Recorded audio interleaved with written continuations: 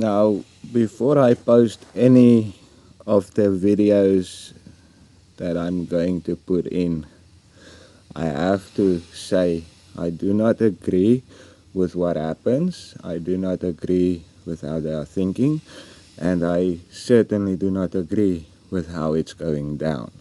So, with that out of the way, let's get into it.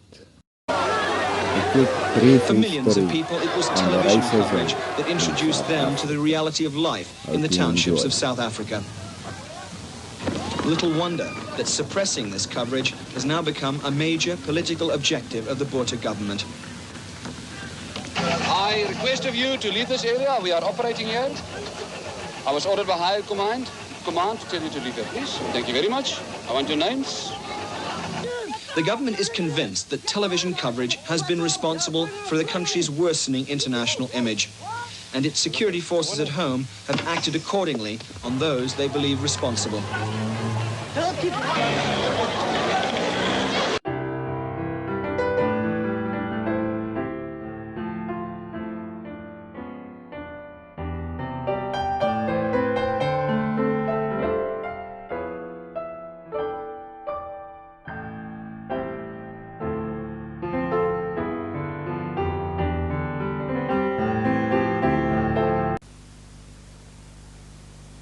What is expected of us? What should we do? We should defend our country in the best possible manner.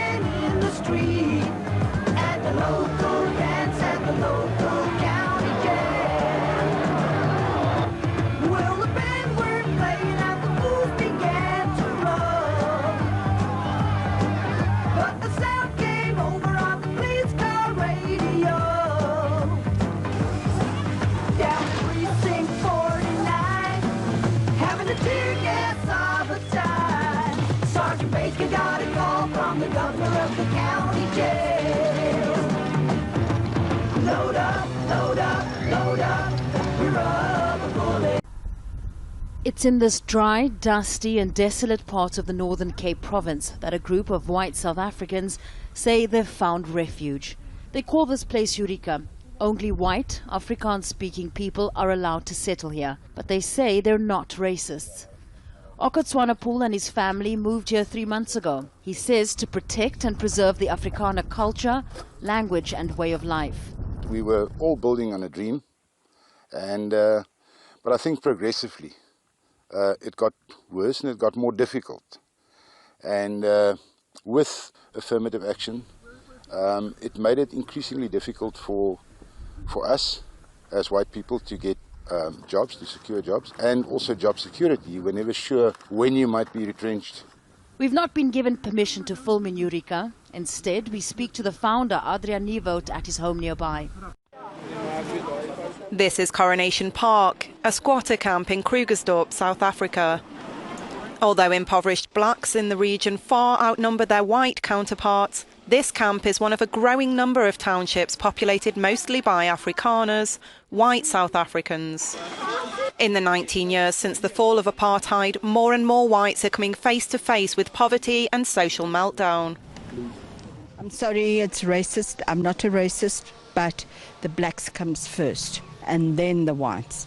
And even highly qualified whites don't even get a position